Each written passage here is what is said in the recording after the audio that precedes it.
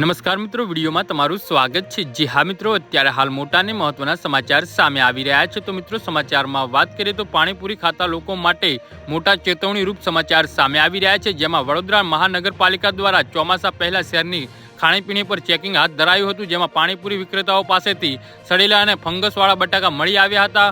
ખોરાક શાખાની 8 ટીમો અલગ અલગ જગ્યાએ તાડકી હતી। જી હા મિત્રો, અત્યારે હાલ મોટા સમાચાર સામે આવી રહ્યા છે।